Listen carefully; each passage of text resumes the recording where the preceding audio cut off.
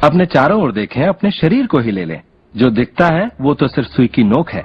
अच्छा, एक काम कीजिए, जरा अपने हाथ पर नजर डालिए। आपका हाथ ठोस दिखता तो है, मगर वो है नहीं। अगर आप उसे माइक्रोस्कोप के नीचे देखेंगे तो आपको स्पंदन करती ऊर्जा दिखेगी।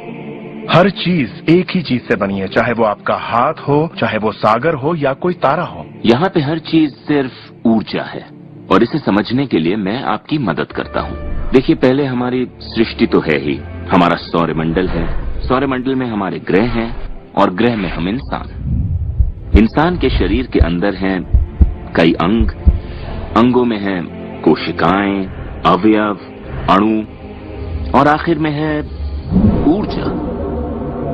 तो किसी भी तरह से बात कर लें, लेकिन एक बात तो तय है, सृष्टि में हर चीज ऊर्जा है। आप किसी भी शहर में हो, आपके शरीर में पर्याप्त शक्ति है, जबरदस्त शक्ति, जो सारे शहर को पूरे हफ्ते तक रोशन कर सकती है। बहुत से लोग अपने आप को ये सीमित शरीर मान लेते हैं, मगर आप सीमित शरीर नहीं है। माइक्रोस्कोप के नीचे आप एक ऊर्जा का क्षेत्र हैं। ऊर्जा के बारे में हम जो जानते हैं वो यही है।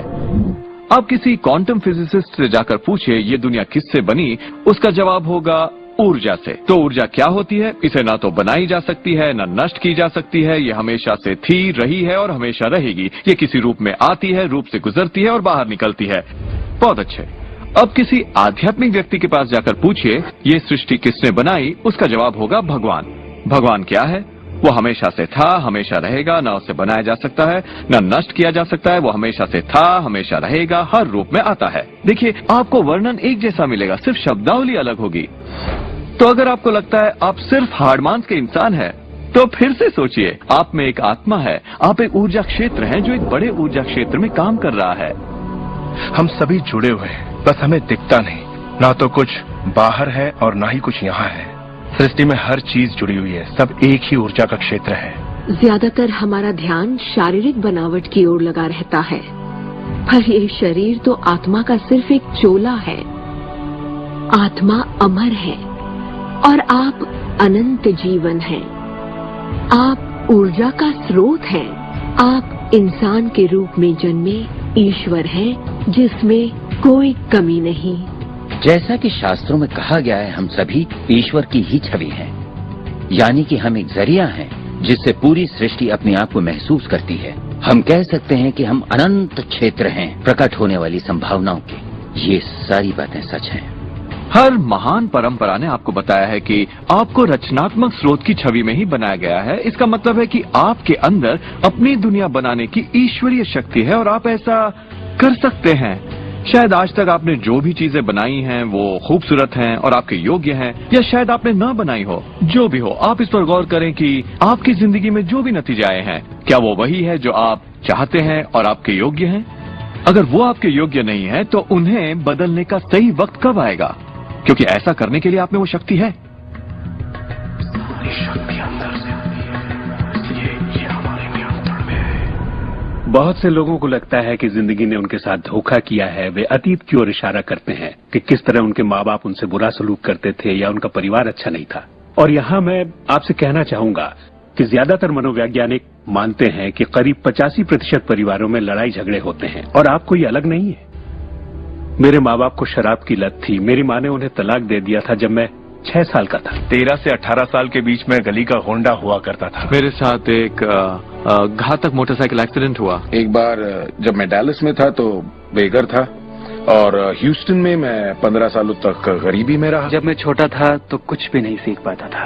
मुझे ना सीख पाने की बीमारी थी। मुझसे कहा गया कि मैं पढ़ लिख नहीं पाऊंगा, बात नहीं कर पाऊंगा, पिछड़ जाऊंगा, जिंदगी में कुछ नहीं कर पाऊंगा। मेरा मतलब हर किसी की कहानी करीब एक जैसी है।